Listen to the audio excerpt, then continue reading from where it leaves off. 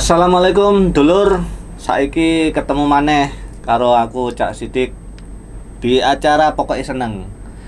Tapi kali ini narasumbernya, waduh, bukan main. Seniman namanya Dodi Yan Maswa. Seniman budayawan Jatim iki aja macem-macem iki rek. Seniman senang nipu teman. Narasumber yang satu ini merupakan seorang seniman yang menekuni seni teater sebagai seni gerak dan dramaturgi, mempelajari kesan-kesan yang ditimbulkan dari perjalanan hidup. Namanya adalah Dodi Yan Maswa. Saat ini beliau aktif di DKJT Jatim dan sudah banyak berpengalaman mementaskan karya drama. Ngeri wes pokoknya. Namun dunia seni seakan seperti dipandang sebelah mata karena dianggap potret kumuh, pengangguran, bahkan kemiskinan. Apalagi saat wabah corona ini. Namun Dodi tetap kukuh mantap pilihannya sebagai seniman. Mas Dodi, gimana? Kenapa memilih menjadi seniman? Dengan kesan-kesan yang ditimbulkan seperti tadi itu. Ya apa Mas? Sebelumnya klarifikasi dulu kan. Monggo. Aktif di DKJT itu di kepengurusan yang lalu. Sekarang kan sudah reformasi sehingga sekarang lebih ke pengangguran di luar lembaga. Freelance berarti ya? Freelance. Jadi kenapa memilih teater? Mungkin lebih tepatnya kutukan. Kutukan nih, wis ngomong karo seniman nih mumet aku kutukan nih. Jadi tahun-tahun itu, tahun 87 saya mengawali masuk di teater dengan komunitas teater Jaguar di Surabaya. Tahun-tahun itu teater memang sesuatu yang spesifik gitu ya, yang lux, yang prestis gitu. Hingga teater menjadi salah satu yang diminati oleh anak-anak muda. Jadi selepas SMA tahun 85 saya lulus SMA, 87 saya gabung di komunitas teater. Dan relatif banyak di Surabaya dulu zaman itu banyak sekali kelompok teater dan kita mesti memilih yang pas, yang cocok. Akhirnya saya memutuskan untuk memilih komunitas teater Jaguar itu. Dan di situ asik sih, kita bisa belajar banyak hal tentang kalau di teater itu kan ada 4 segmentasi itu. Olah rasa, olah rasio, kemudian olah tubuh dan olah suara. Jadi kalau 4 segmentasi itu kalau diimplementasikan akan menjadi banyak hal yang memang perlu diproses untuk ditekuni. Jadi teater zaman saya mengawali itu memang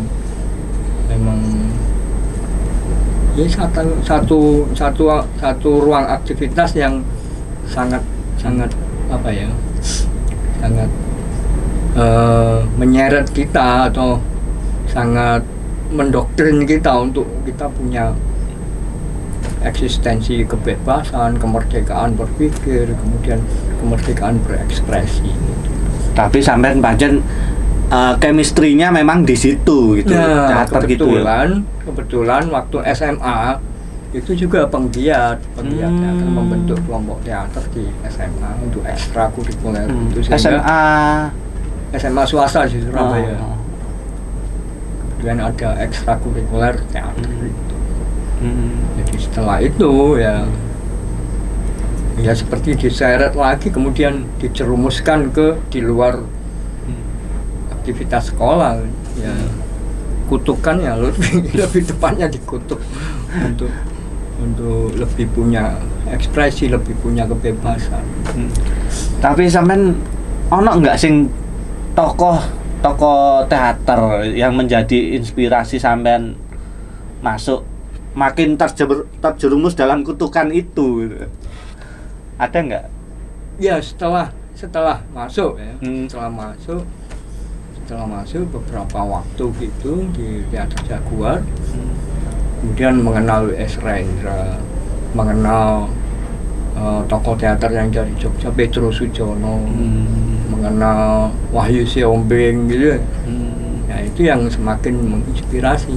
Kemudian muncul nama-nama Arifin Ceno, Teguh Karya, nah, yang semakin semakin menyeret kita untuk bagaimana membongkar 4 segmentasi tadi, olah pikir, olah rasa, olah tubuh, dan olah suara. Ya sebetulnya kalau lebih spesifik sebagai idola itu lebih ke tokoh-tokoh teater yang lebih ke ini, yang lebih ke memiliki pemikiran eksistensialis kayak Arifin Ceno, Putu Wijaya, kemudian ada beberapa tokoh misalkan kayak W.S. Rendra kan kadang pikiran-pikiran eksistensialisnya itu yang Iku alasan bakat sampean itu menjadi obsesi itu bergelut di dunia teater seperti apa itu? Misalnya dari orang tua, kan lah apa sih nang teater itu lah. Biasanya karena ada pertentangan dari pihak luar. ya. Kebetulan bapak saya itu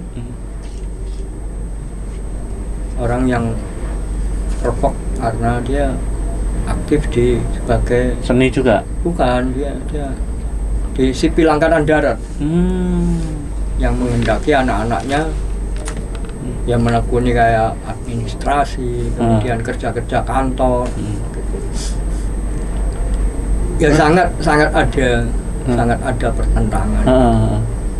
Misalnya kayak apa itu, Pak? Jadi sebenarnya pertentangan dengan orang tua itu kan lebih ke bagaimana anak-anaknya itu bisa mumpuni dalam hal finansial untuk melanjutkan di kehidupannya gitu.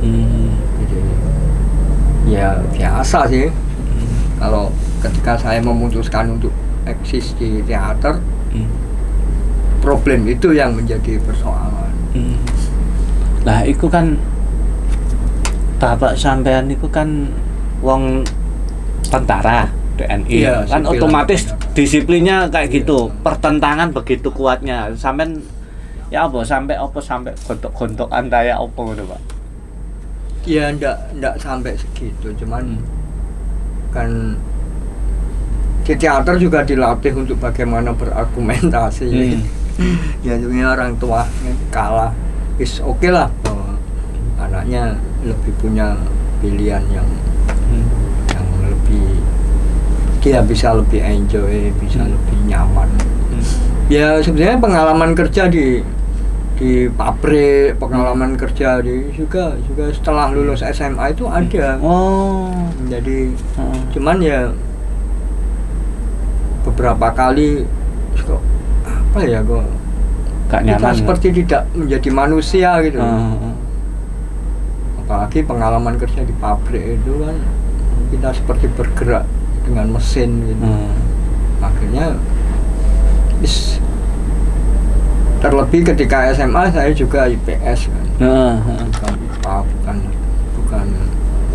bukan disiplin ilmu yang eksak gitu, sehingga tidak terlatih kenyamanan dalam hal-hal yang bersifat sosial, budaya. Tapi panjen apa sebagai karyawan sampean di pabrik apa itu, Pak, waktu itu?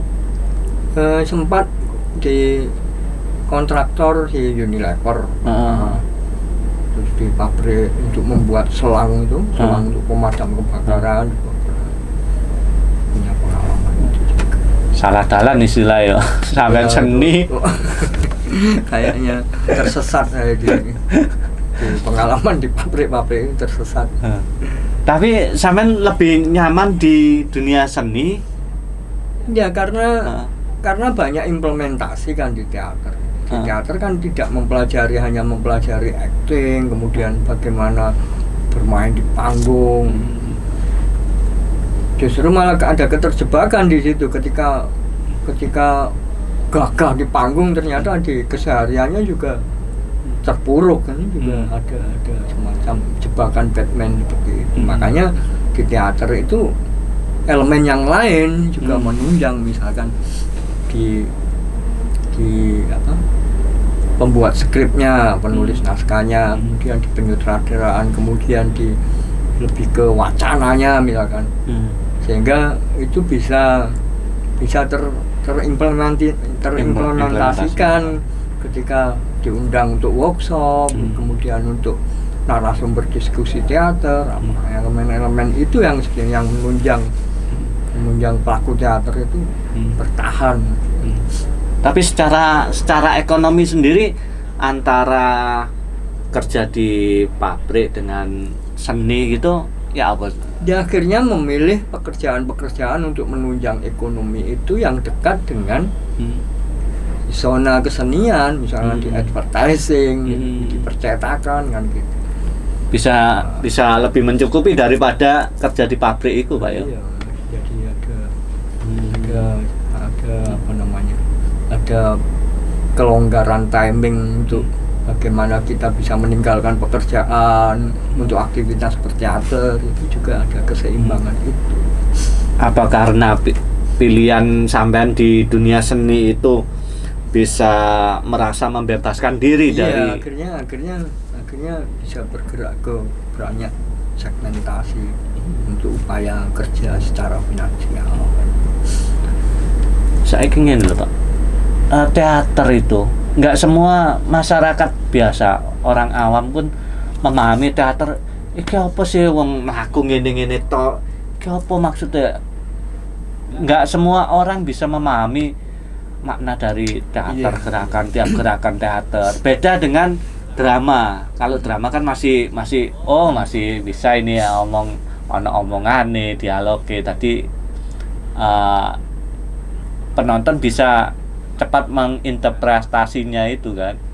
Lek teater kan agak susah. Sampeyan kok iso milih nang teater ngono ya apa? Ya kalau di teater itu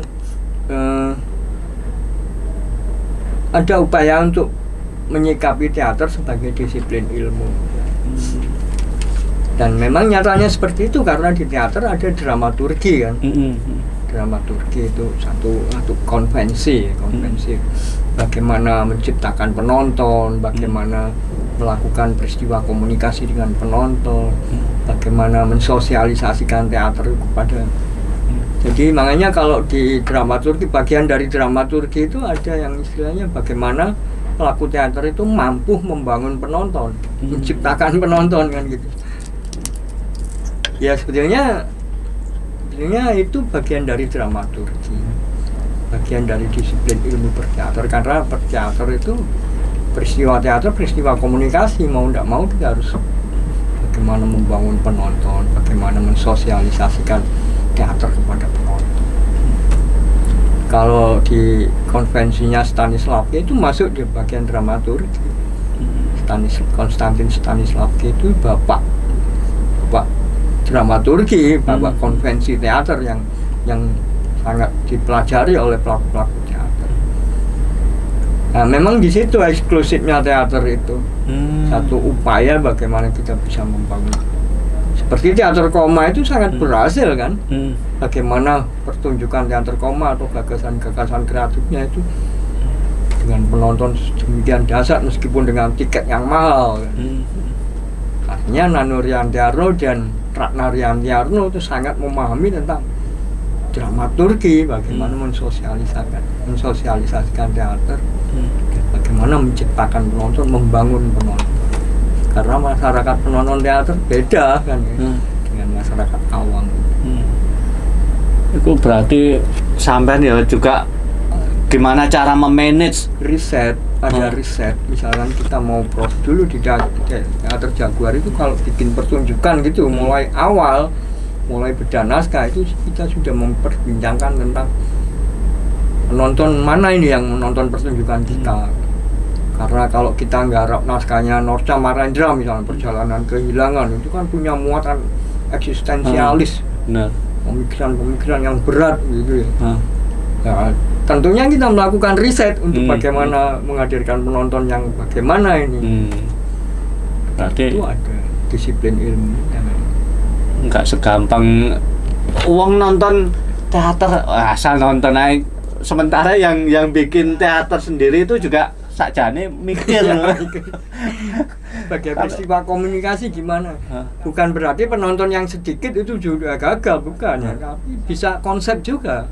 Karena pertunjukan ini dikonsep hanya untuk 50 penonton. Jadi ukuran keberhasilan pertunjukan teater itu bukan banyaknya penonton atau sedikitnya penonton, tapi ini konsep ini kita memang mendesain seperti itu sebagai bagian dari konvensi disiplin ilmu dramaturgi. Sampeyan pengalaman selama berkecimpung di dunia seni teater ngono apa sing menarik apa sampeyan? Teater itu pada akhirnya saya menyimpulkan bahwa teater itu investasi bagi peradaban. Sesedikit apapun kontribusi teater itu investasi, tabungan untuk peradaban. Itu saya punya kesadaran itu setelah berpuluh tahun ya, beberapa tahun gitu.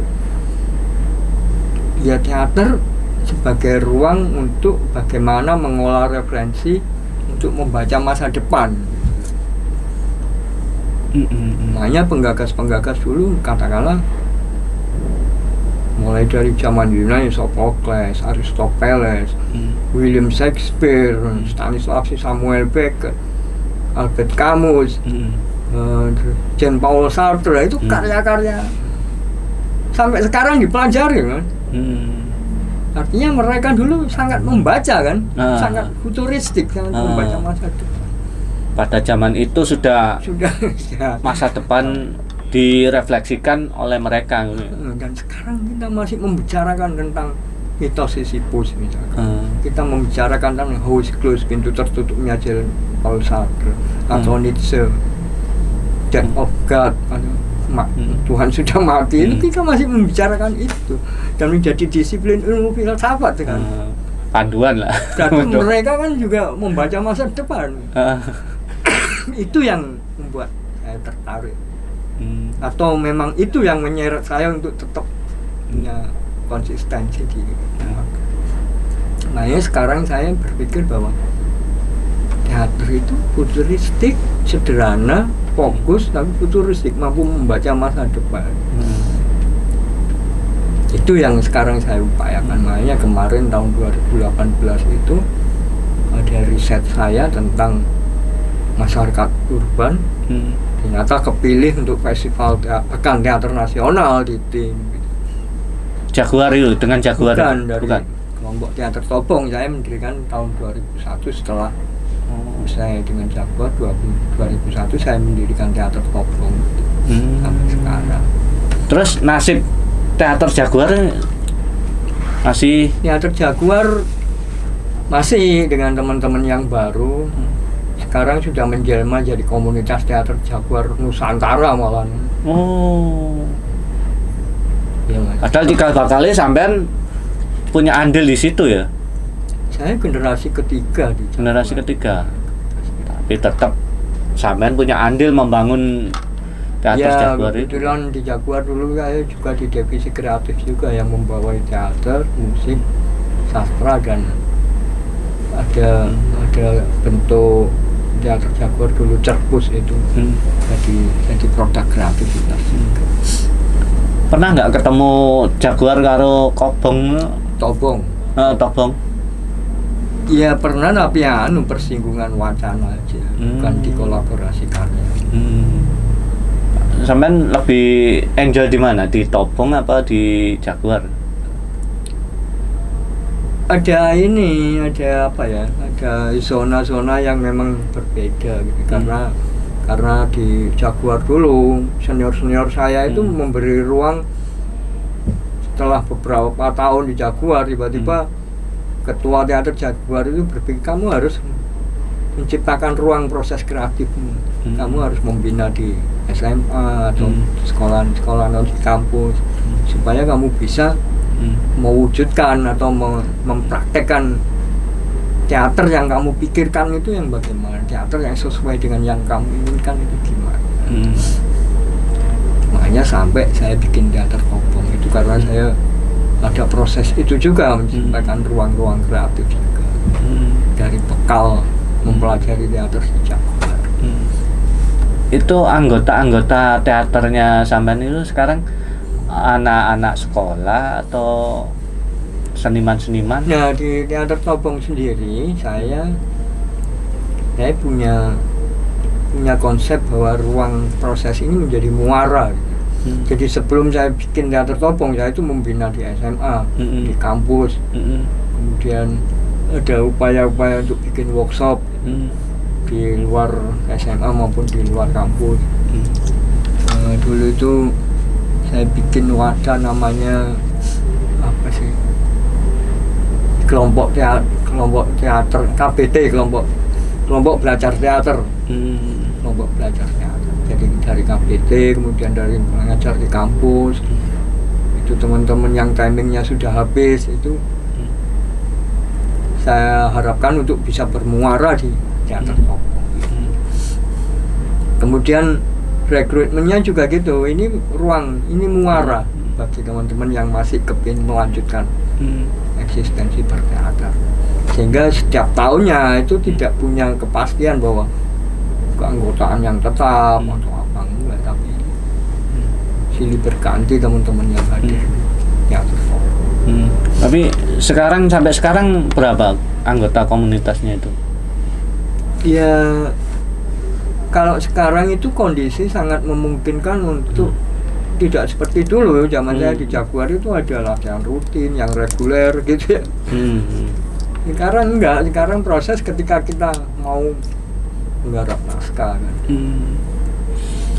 Dan itu selalu ada tawaran karena saya punya ruang pergaulan aktivitas berteater yang banyak, sehingga ini Topong mau proses ini, siapa yang mau terlibat di sini, mereka yang siap hadir, itu oke, kita proses. Pertunjukan sampai sekarang sampai kemana aja itu Pak? Kalau tadi pernah di Jakarta kan, di tim ya? Iya, di tim di 2003 itu GKJ Award, Festival Teater Alternatif di Gedung Kesenian Jakarta. 2003, kemudian 2001 sampai 2005 itu intens setiap tahun pentas di Gedung Kesenian Cak Jurasim. Sampai 2017, 2016 sampai 17 itu saya lebih ke monolog, lebih ke personality. Jadi ini Topong biar saya break aja dulu. Saya aktif di monolog itu yang bisa kemana-mana, ke Jakarta, ke Solo, ke Samarinda. Sampai akhirnya 2018 kemarin kepilih kurasi untuk Pekan Teater Nasional Teater Topong yang di mana itu? CPB di Taman Mini, di Taman Ismail Marzuki. Taman Ismail. Sampean Teater Nasional. Sampean kan wis melanglang buana nang Jakarta, nang Samarinda mau kan, kok sampean tetap memilih Surabaya sebagai tempat hidup seniman?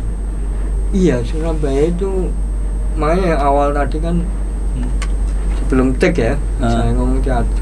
Surabaya itu Kawah Condro di Mugo, tempat menggodok mentalitas itu. Jadi ketika kita ke Jogja, ke Solo, ke Bandung, kita sudah punya kesiapan yang benar. Kalau mengharapkan kemapanan teater di Surabaya, banyak problem di Surabaya itu teater. Banyak problem. Iya, untuk proses kreatifnya di Surabaya. Tapi memang bagus sebagai kiblat untuk teater itu sendiri ya Pak ya? Iya, Surabaya itu punya kultur yang egaliter, kemudian punya basic riset yang sangat kuat dengan adanya masyarakat urban itu. Jadi masyarakat urban mulai zaman urban klasik sampai urban modern itu kan bisa kita riset. Surabaya itu tempatnya. Terus sampai sekarang pentas-pentas terus pundi iki? Dengan adanya pandemi gitu loh. Kabeh kan terkena dampaknya itu, Pak. Ya praktis tahun kemarin 2020 itu teman-teman banyak yang beralih ke virtual kan. Virtual. Cuman kalau di virtual sih sebenarnya saya enggak begitu, saya lebih ke wacana-wacana aja, misalkan ada diskusi Zoom atau diskusi tadi. Kalau karyanya sih saya memilih untuk di elemen yang lain, menulis puisi, menulis apa gitu. Tapi memang teman-teman masih tetap eksis di. Ya kemarin itu ada teman-teman teater api juga, festival teater subuh yang penyelenggaranya Teater Payung Hitam Bandung. Itu juga masih dengan pertunjukan virtual. Tapi kerasa sekali dampaknya buat ini seniman ya, Pak. Iya, apalagi teater. Carane survive seniman ini ya apa? Ya kebetulan dari aktivitas berteater itu ternyata ada pergaulan dengan teman-teman film juga. Jadi sempat juga terlibat di film.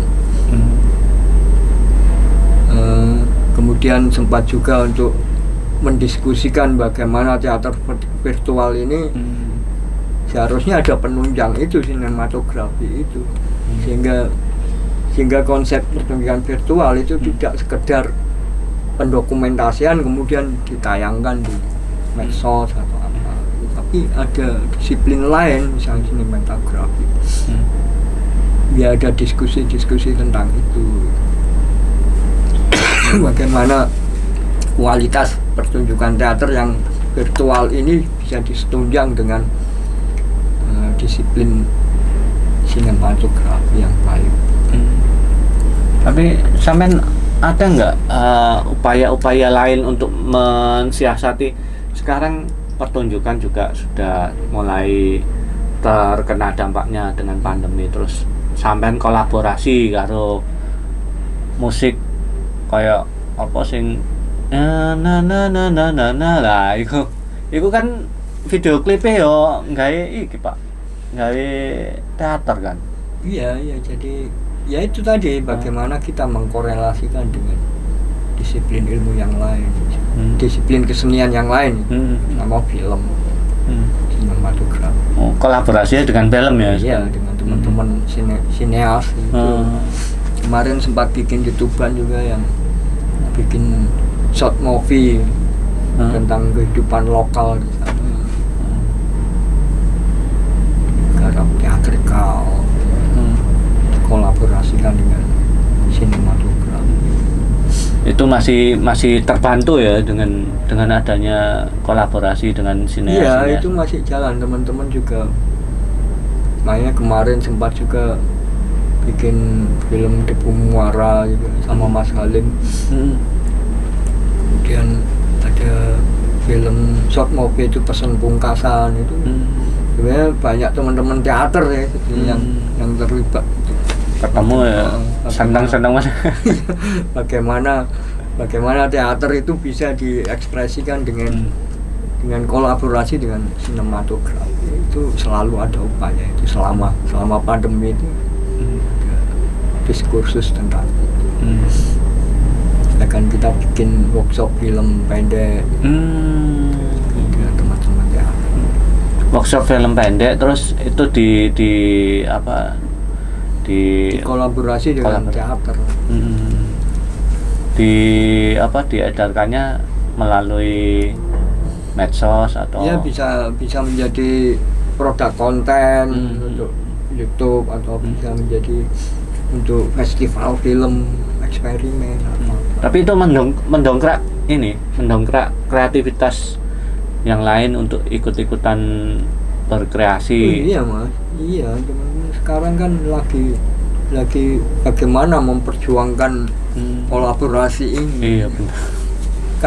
Karena pandemi kan tidak bisa teridentifikasi kapan selesai mas. Kalau toh pun selesai pandemi, kita punya aktivitas lain, ruang eksperimen yang lain kan. Dengan ketika kita menjajaki, sebenarnya satu keuntungan buat support kreativitas ya. Kondisi pandemi ini karena kita dipaksa untuk berpikir itu kolaboratif itu. Tapi memang ada pembatasan untuk pentas itu karena alasan pandemi itu ya. Oh iya memang. Kemarin sempat saya konsep untuk Komite Teater Dewan Kesenian Surabaya itu awal tahun 2020 itu memang harus virtual dan penonton dibatasi, tidak boleh lebih dari 50 orang. Nah kalau di film kan kita bisa punya angle yang berbeda karena ruang film itu kan lebih lebar. Karena ada cut, ada apa. Sinematografi sebenarnya yang harus kita rangkul untuk berkolaborasi dengan teater. Itu salah satu cara strategi untuk bertahan ya. Dan sekarang ini lagi menggagas dari teks semacam puisi panjang gitu, puisi tanah. Saya mau compare dengan film. Ya, sebenarnya film teater akan menjadi film teater. Lagi diproses juga. Kalau menurut sampean yakin nggak corona ini bakal berakhir nanti, Pak? Agar seniman-seniman tetap. Wah itu saya tidak sebagai ahlinya ya Mas. Bukan sebagai ahli atau sebagai pandemiologi. Cuman dari merangkum berita-berita itu kan ada varian, ada mutasi dari virus corona itu sendiri, bermutasi menjadi apa. Kalau merangkum dari apa-apa yang dibicarakan oleh ahli-ahlinya, dan kayaknya bakal muncul lagi dengan varian yang lain, virus dengan satu proses mutasi dari corona, mungkin bukan COVID-19 atau COVID apa banyak. Kalau seperti yang terjadi di India kemarin, itu begitu luar biasa. Dan itu pada stres kabeh wonge India. Bayangkan setelah new normal, setelah semuanya tiba-tiba terjadi. Setiap hari 3.000 yang mati, gila. Nah ya. Terus dari teman-teman seniman sendiri ada nggak harapan untuk apa ke pemerintah? Ya seniman itu disupport apa kayak bikin festival atau apa? Ya sebenarnya banyak sih program-program, terutama Kemendikbud, Kementerian Pendidikan dan Kebudayaan itu banyak bikin festival untuk berkarya di rumah saja. Ada supporting anggaran juga untuk teman-teman yang kepilih. Banyak. Teman-teman antusias juga ya? Iya, teman-teman juga banyak diskusi virtual, banyak festival secara virtual. Cuman mungkin karena saya ini pengku ya, saya belum tertarik dengan hal semacam itu, sehingga saya tak di elemen yang lain aja, menulis atau sinau lagi tentang teater masa depan itu gimana. Kalau menurut sampean seniman itu kamu jadi seniman sukses kalau apa? Kalau menurut sampean? Iya,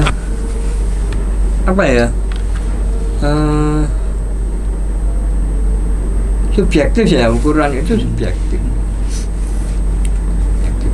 subjektif ukuran itu. Kalau saya itu kan sebetulnya itu tadi bahwa teater itu investasi dari peradaban.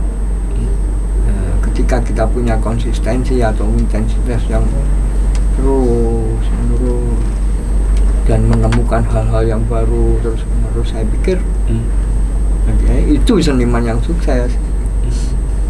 Jadi bukan sekedar finansial atau apa. Kalau ada subjektivitas lain bahwa sukses itu ketika sudah pentas ke luar negeri. Seniman itu sudah mapan, sudah punya kekayaan. Ya nggak apa-apa itu ukuran dia. Ukuran dia aja. Kalau saya sih ya itu tadi, saya lebih meyakini bahwa teater ini peralatan untuk bagaimana mengolah teater menjadi ruang untuk mengolah referensi untuk membaca peradaban, membaca masa depan. Bagi saya, kalau saya bisa melahirkan karya-karya yang seperti itu, bagi saya itu sukses. Dari pihak keluarga ya apa respon sampean menekuni dunia seni teater ngono, dukungan mereka apa Pak? Tidak persoalan sih sebenarnya. Kalau sekarang justru malah tidak persoalan. Kalau awal-awal dulu bapak itu yang lebih. Oh justru dengan orang tua ya saat itu ya. Kalau dengan keluarga tidak ada persoalan. Kalau dari istri, anak-anak ada nggak yang? Saya itu dancer dan dia punya sanggar tari. Dia juga mengelola sanggar tari. Walah. Khusus remo malah. Seniman ketemu seniman tari ya. Kan, tapi dia lebih stagnan di satu ruang mengelola sanggar. Kalau saya kan lebih mobile. Terus anak-anak ada nggak mewarisi? Iya, anak saya yang kedua itu jurusan tari isi Solo. Wush, Setelah macam-macam iki, saudara. setelah S1 ya dia aktif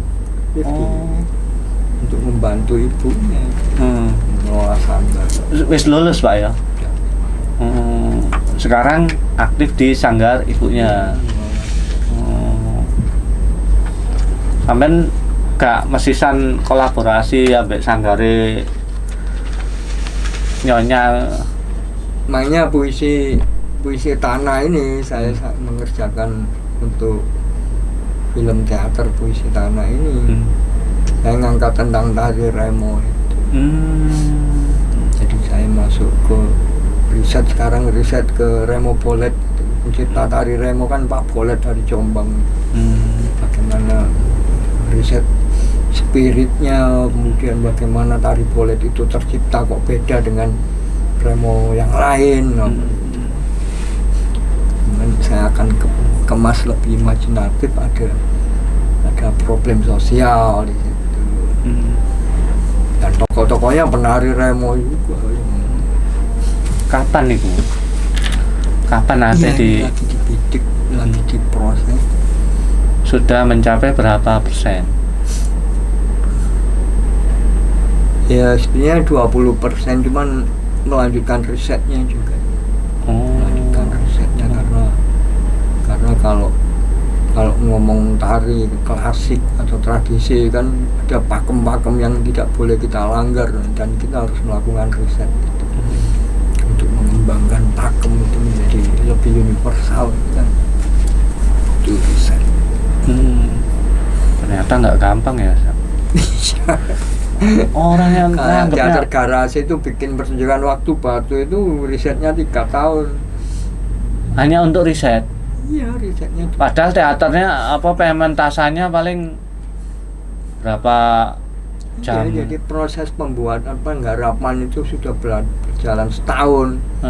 Terpaksa break karena risetnya belum selesai. Risetnya sampai 3 tahun. Setelah risetnya jadi buku, baru melanjutkan lagi. Sampai dibukukan? Iya, pas tek. Karena harus riset tentang waktu di kota itu bagaimana, waktu di gunung itu bagaimana, orang memahami waktu di satu tempat yang terpencil itu bagaimana, konsep waktunya. Nah, itu riset juga. Ternyata gak gampang.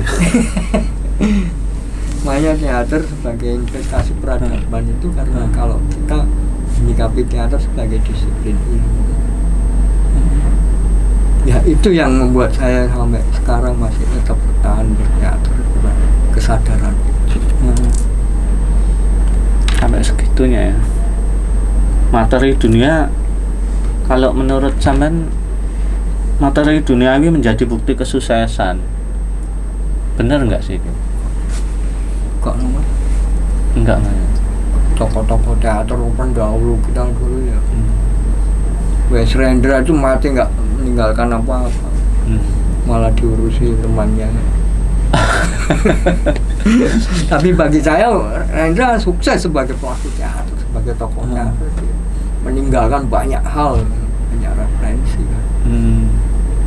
Ada satu temanku, dia seniman juga, budayawan juga, si Sihar Ramses. Itu kadang aku sering bertukar pikiran. Kebetulan rumahku sama Sihar itu dekat ya, kira-kira paling kalau untuk perjalanan naik motor nggak sampai lah setengah jam, 1/4 jam ketemu. Sering ngobrol diskusi. Har, kon niku apa berkesenian niku apa sih menarik ya? Iya, duitnya ya kurang ini, kurang tapi enak dik, ada semacam kepuasan tersendiri. Wah, seorang musuh seniman. Nah, menurut sampean ya apa ngono iku? Ya karena memang kalau saya dulu masuk teater di Jaguar itu doktrinnya bukan itu, kalau mau kaya jangan cari duit di teater, ya kerja aja di pabrik atau di kerja di apa perusahaan atau bikin bunganya bisa kaya.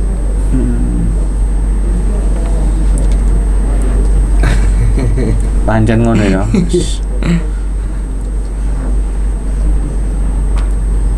Terus lek sampean memandang perkembangan teater akhir-akhir ini seperti apa? Mulai dari sebelum corona sampai corona ini, ada kemerosotan atau piye, Pak? Ya apa ya?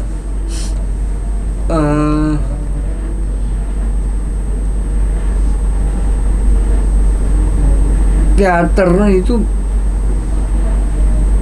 produk kesenian serius, kesenian yang berpikir, kesenian yang butuh totalitas, loyalitas, hal-hal yang militan militansinya.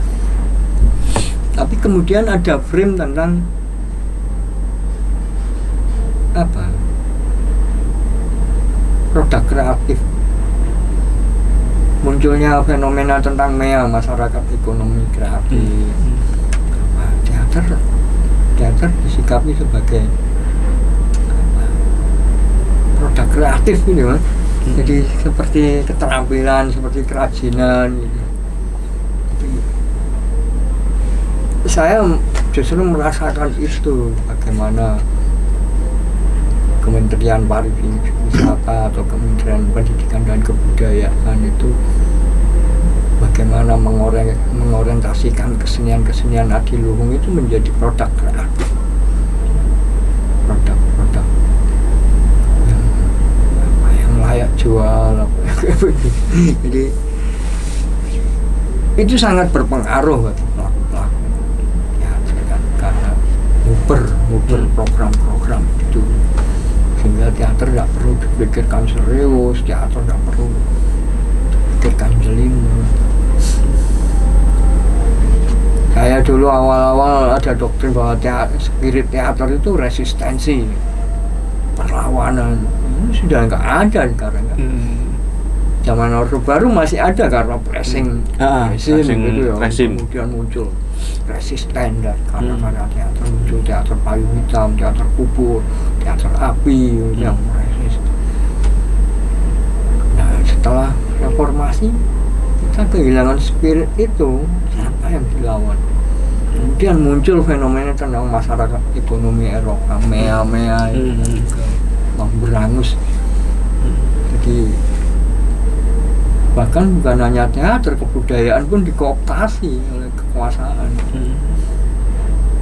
Kemudian kebudayaan dicairkan jadi hal yang remeh, diubah-ubah. Sampai kemarin ada pejabat yang ngomong bahwa masyarakat tidak perlu kecewa dengan pemerintah yang korupsi. Piye dan kebudayaan politik menjadi budaya korupsi kan. Nah, ini kan efek-efek dari ya runtuhnya eksklusivitas teater. Satu lagi Pak, pesan-pesan yang ingin sampaikan ke para teman-teman seniman atau motivasi untuk para seniman untuk tetap menjaga eksistensi mereka di dunia seni, piye Pak? Kita juga menyikapi teater sebagai disiplin ilmu. Kemudian bagaimana teater itu menjadi ruang untuk mengolah referensi, menjadi punya esensi futuristik untuk membaca masa depan. Karena teater itu investasi peradaban. Oke, menarik sekali. Saya pikir itu yang perlu saya informasikan ke teman-teman pelaku teater yang muda. Anjen pokoknya jalan hidup seniman wis pokoknya seneng wis intine ngono. Tapi wis kita tetap terbatasi oleh durasi, Pak. Begitu teman-teman, para pemirsa, pembicaraan saya dengan Pak Dodi Yanmaswa, seniman budayawan Jatim. Dan saya minta maaf juga kalau tidak terkonstruksi, tidak konstruktif ini ngomongnya silang sengkarut.